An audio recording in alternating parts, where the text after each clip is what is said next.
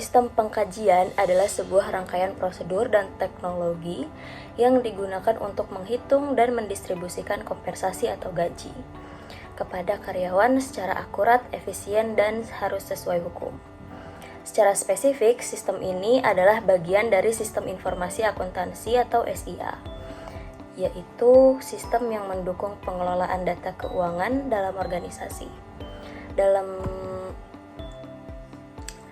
materi, sistem penggajian disebut sebagai bagian dari siklus manajemen sumber daya manusia.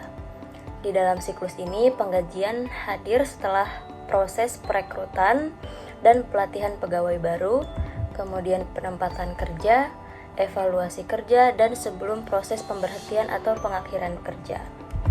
Kemudian, fungsi utama dari siklus penggajian yaitu menghitung gaji pokok, tunjangan, lembur, dan potongan.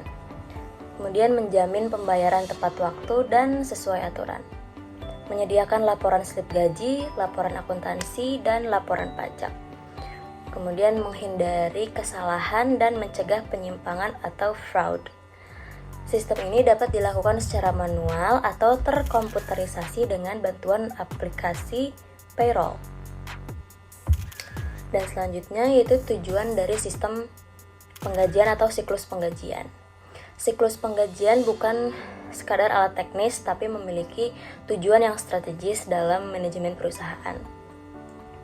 Di antaranya tujuannya yaitu memberikan kompensasi adil, yaitu kepada karyawan diberi gaji sesuai kontribusinya mengikuti aturan dan perjanjian kerja. Dan efisiensi dan akurasi, mengurangi potensi kesalahan manual dan mempercepat proses perhitungan.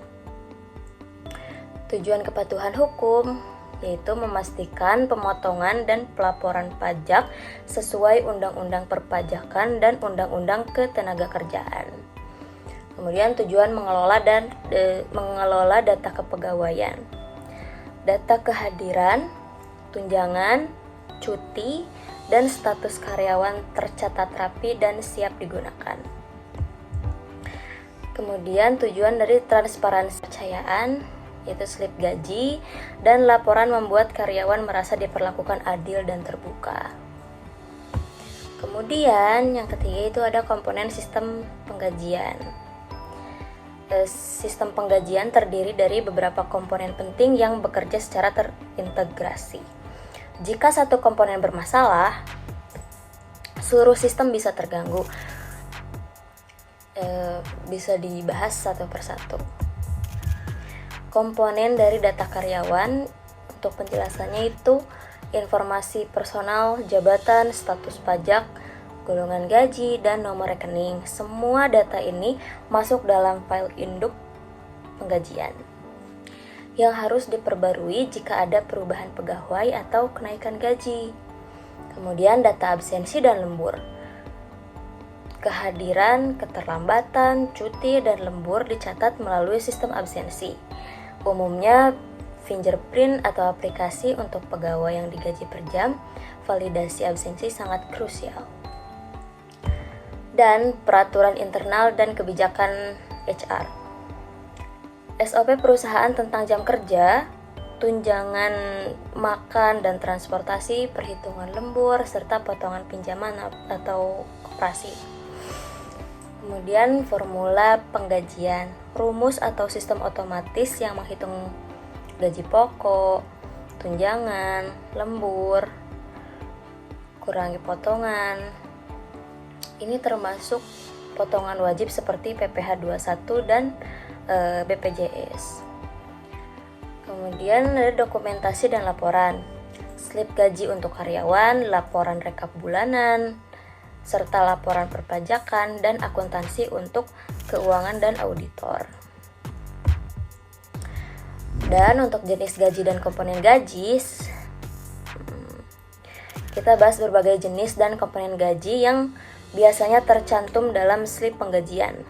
Yang pertama itu ada gaji pokok, gaji dasar yang disepakati dalam kontrak kerja, belum termasuk tunjangan atau insentif. Yang kedua itu ada tunjangan tetap. Itu seperti tunjangan jabatan, tunjangan istri anak, dan tunjangan makan yang dibayar rutin. Kemudian tunjangan tidak tetap. Yang ketiga, seperti uang transport atau bonus makan siang yang bisa berubah tiap bulannya. Dan yang keempat, lembur. Lembur diberikan jika bekerja melebihi jam kerja normal, dihitung berdasarkan tarif per jam lembur. Yang kelima, ada bonus dan insentif. Bonus dan insentif itu diberikan berdasarkan target, kinerja, atau prestasi khusus. Kemudian yang keenam, termasuk potongan pajak PPh 21, iuran BPJS, koperasi, pinjaman, dan cicilan karyawan. Kemudian yang kelima, ada metode pembayaran gaji. Terakhir kita bahas tentang cara atau metode pembayaran gaji. Terdapat dua jenis utama, yaitu metode manual, ya. Perhitungan dan pembayaran dilakukan secara manual, umumnya digunakan di perusahaan kecil. Dan kelemahannya rawan kesalahan, tidak efisien, kemudian rentan manipulasi. Sementara otomatis atau elektronik menggunakan software payroll seperti Talenta, Slicker, atau Gajian. Keunggulannya cepat, akurat, dan terintegrasi dengan sistem absensi, perpajakan, dan perbankan. Nah, sekarang kita lanjut ke pembahasan yang kedua mengenai proses, dokumen, dan teknologi dalam sistem penggajian. Oke, yang pertama, alur proses dalam sistem penggajian. Yang pertama, ada input data karyawan yang meliputi data, jabatan, dan bank. Lalu ada input absensi dan lembur. Ini terhubung dengan sistem absensi Fingerprint, jadi otomatis ya teman-teman. Lalu yang ketiga, ada perhitungan gaji kotor yang meliputi gaji pokok ditambah tunjangan ditambah lembur. Lalu yang keempat, ada perhitungan potongan yang terdiri dari pajak, iuran, pinjaman, dan sebagainya. Yang kelima, ada verifikasi dan approval. Ini disetujui oleh atasan atau HRD atau keuangan. Yang keenam, ada pembayaran. Bisa transfer via bank atau dengan uang tunai. Yang ketujuh, ada distribusi slip gaji dan laporan. Slip gaji ini dikirim ke karyawan, laporan ke akuntansi. Nah, lalu dokumen apa saja sih yang digunakan dalam sistem penggajian? Jadi, di sini ada formulir data karyawan yang menyimpan data untuk dasar penggajian. Lalu ada daftar gaji merinci semua komponen gaji untuk setiap karyawan. Ada slip gaji bukti pembayaran yang diterima karyawan. Ada bukti transfer, bukti bahwa gaji telah dibayarkan melalui bank. Dan terakhir ada jurnal penggajian pencatatan akuntansi untuk laporan keuangan. Nah, lalu setelah itu ada teknologi apa saja sih yang digunakan dalam sistem penggajian? Jadi, teknologi yang digunakan dalam sistem penggajian ini meliputi diantaranya yang pertama, payroll software, contoh seperti Talenta, Gajian, dan Slacker. Lalu ada cloud-based system. Aplikasi ini bisa diakses dari mana saja dan lebih aman. Yang ketiga, ada biometric system. Ini biasanya menggunakan sidik jari untuk absensi yang lebih akurat. Lalu ada API integration. Aplikasi ini terhubung otomatis antar sistem yang meliputi absensi, payroll, dan keuangan.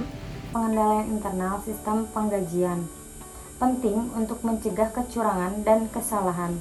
Prinsip-prinsipnya, pemisahan tugas, input data, approval, pembayaran, otorisasi, harus ada approval dari atasan atau HRD. Rekonsiliasi berkala, cocokkan laporan gaji dengan pembayaran aktual. Audit trial, jejak digital untuk pelacakan perubahan data. Yang kedua, masalah umum dan sistem penggajian. Karyawan fiktif, perhitungan lembur atau potongan, keterlambatan pembayaran gaji, ketidaksesuaian dengan regulasi perpajakan, gangguan sistem, trust kehilangan data. Yang ketiga, kasus. Contohnya, kasus yang pertama, di sini ada sebuah perusahaan besar memiliki sistem penggajian manual. Akibatnya terjadi keterlambatan gaji dan kesalahpotongan pajak. Setelah mengadopsi sistem payroll berbasis cloud, proses menjadi otomatis, efisien, dan bebas kesalahan. Di sini juga ada contoh kasus yang kedua. Perusahaan A misalnya mengalami fraud karena bagian input dan pembayaran gaji ditangani orang yang sama. Setelah pemisahan tugas dan menerapkan otorisasi bertingkat, risiko kecurangan menurun drastis. Terus yang keempat, manfaat sistem penggajian otomatis. Penjelasannya, efisiensi waktu, proses cepat dan hemat waktu, akurasi tinggi, minim kesalahan perhitungan, kepatuhan hukum, terintegrasi pajak dan BPJS sesuai aturan, transparansi karyawan, tahu rincian gaji dan potongan, laporan lengkap, laporan otomatis untuk manajemen dan auditor. Itulah penjelasan lengkap mengenai sistem pengajian dalam sistem informasi akuntansi. Dengan sistem yang tepat, proses pengajian menjadi lebih efisien, akurat, dan transparan.